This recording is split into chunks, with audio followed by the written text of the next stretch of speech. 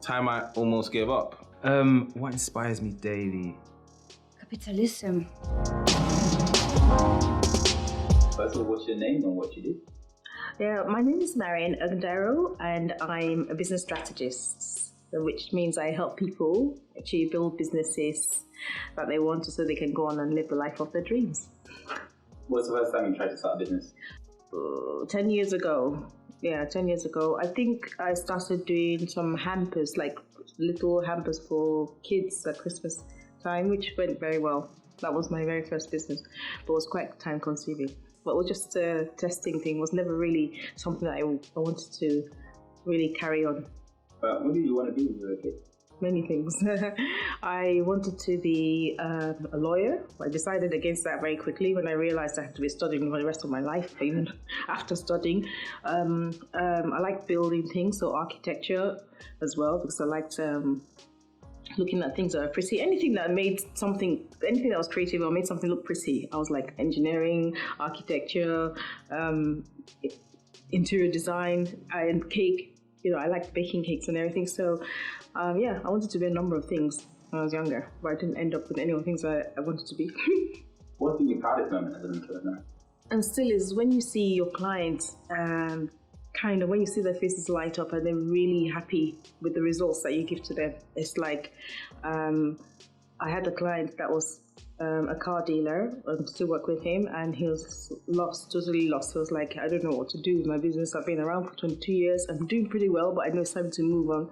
And by the time I went through some things with him, he was like, whoa, I never knew, I wasn't doing any of these things, or I could do these things, or these things existed. So it's just nice to see people when they now realize, kind of eureka, there's something out there that can actually help me or someone. Yeah.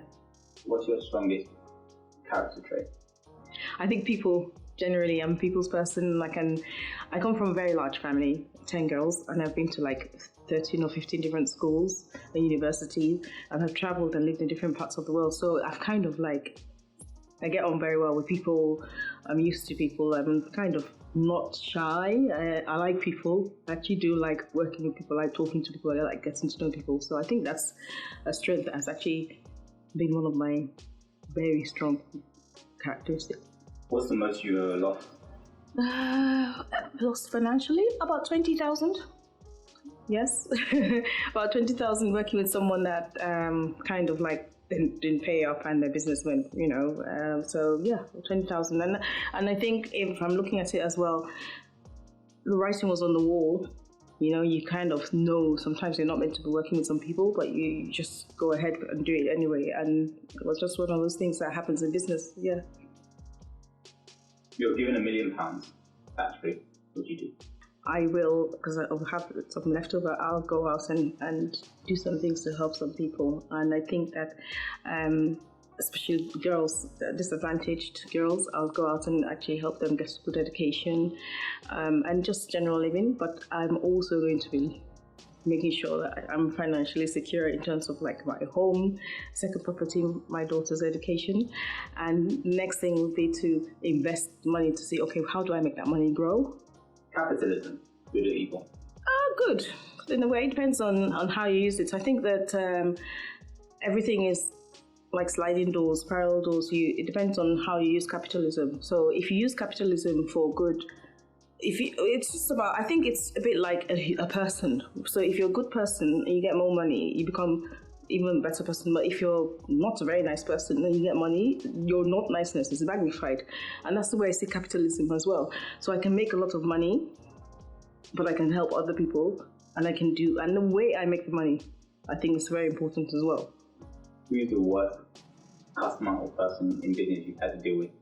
The worst customer, or worst kind of customer in business I've had to deal with is a customer that says yes and means no, and says no, that means it doesn't turn up when you're meant to turn up, or doesn't take action on things that you teach them. So those kind of people are very unteachable. They're very it's very difficult to work with them because you're talking to them, they think they know everything, and it's fine because they do have the expertise in their own area, but they've come to you for a reason. How have you dealt with them in the past? I've kind of sometimes I had to cut my losses and just say, this is actually taking a lot of energy. and can't work with those kind of people very easily. I've tried sometimes to work with a massage and everything, but you don't really get far either way. You know, people have to be open, because if you come to me for my expertise, then you have to be open to what I have to actually help you with. And if you can't, I can't help you. So sometimes just cut your losses. Have you ever been conned? I think I have, yes. I have, but I didn't realize that I was being conned at the time. I don't know. Actually, I think I have. I'm not sure how to answer this, because some people actually start out with good intention, and then somehow something happens. Maybe they don't have the money, and they don't pay you, or I don't know if some people actually start with intention, knowing fully well that they're never actually going to fulfill what they. So I really don't know the answer, but I think I have been. I couldn't tell you yes for sure, but what's the example you're thinking of? Where someone says, I want to build this business, and we need someone to help you and everything, and the amount of money we're going to put down and all that kind of, and you invest some of your own money as well. Even they start with something small, invest some of your own money, and then when it comes to time to pay you, they're like giving you different stories and telling you some fibs, and and you keep chasing and stop the phone calls, so they just stop picking up your phone, you're answering your calls, and you just realize, okay. What's happening here? So yeah. What's been your lowest point in entrepreneurship? Entrepreneurship is it's not as easy as people think it is. There's sometimes that you feel very much alone and things are not working the way you want them to work. So for me, my lowest point was like not having any money, investing all my money in my business, and I'm thinking, where am I going to get my next mortgage? Where am I going to get my next meal from, or something?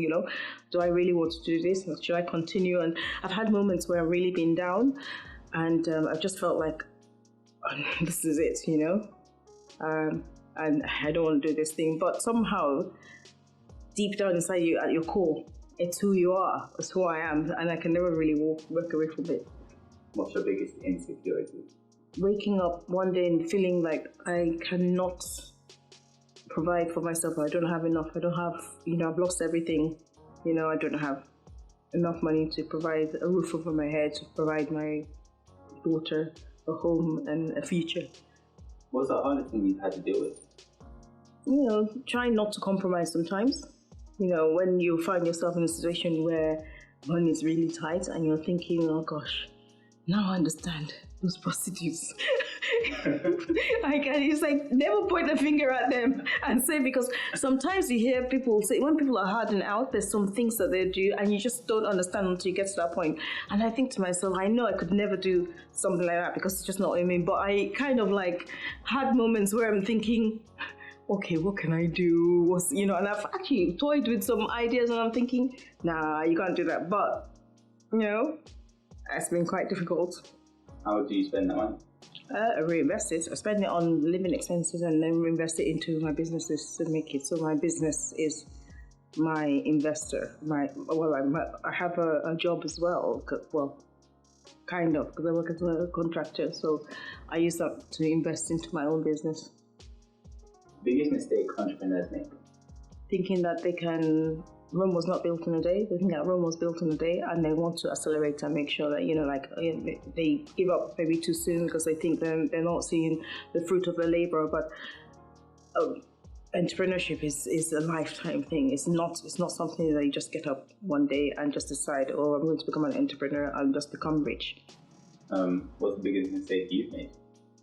Probably not taking a stand and making a decision to say yes or no, to cut my losses and say, okay, I'm not going to work with this person and try and make things work. Sometimes you just make things worse for yourself by not taking a stand. So I have done that. What gives you inspiration daily? My inspiration comes from my spiritual side. So I believe very strongly in God. I believe that we all have like a spirit being inside us, and that there's someone out there that's looking after us. And my confidence comes from who I am because of my beliefs, and then my daughter as well. She makes me go on. And anytime I think about her, my daughter as well. So see her. What's your name? Gabrielle. Hello, Gabriel. Do you think poverty is a choice? Yes, I think I'm going to have to sit on the fence here. I think that poverty is and is not a choice, and explain what I mean. Some people are born into poverty, right? But the fact that you're born into poverty doesn't mean that you stay in poverty. In some parts of the world, it's more difficult, but you find that people get resourceful and somehow, they make it.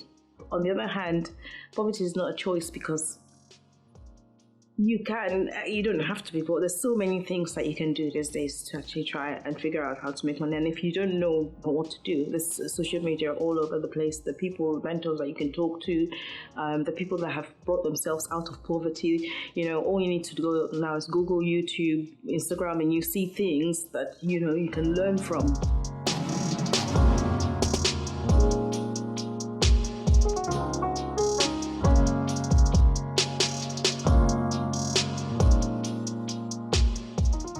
Did you ever take on debt to get started or keep going?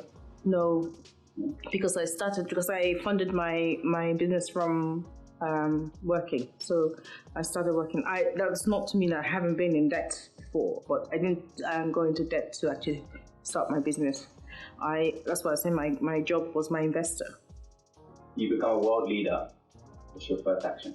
I think that I would like people to understand first and foremost that human beings are very important, that we all matter, and relationships with one another is very important. So everybody matters. The homeless guy that you walk past on the street was part of a family and someone, we need to start looking out for each other and to make things. It's not, I think the world now is all about grab what I can do for myself, which is why I said earlier on capitalism is good or bad, depending on how you look at it.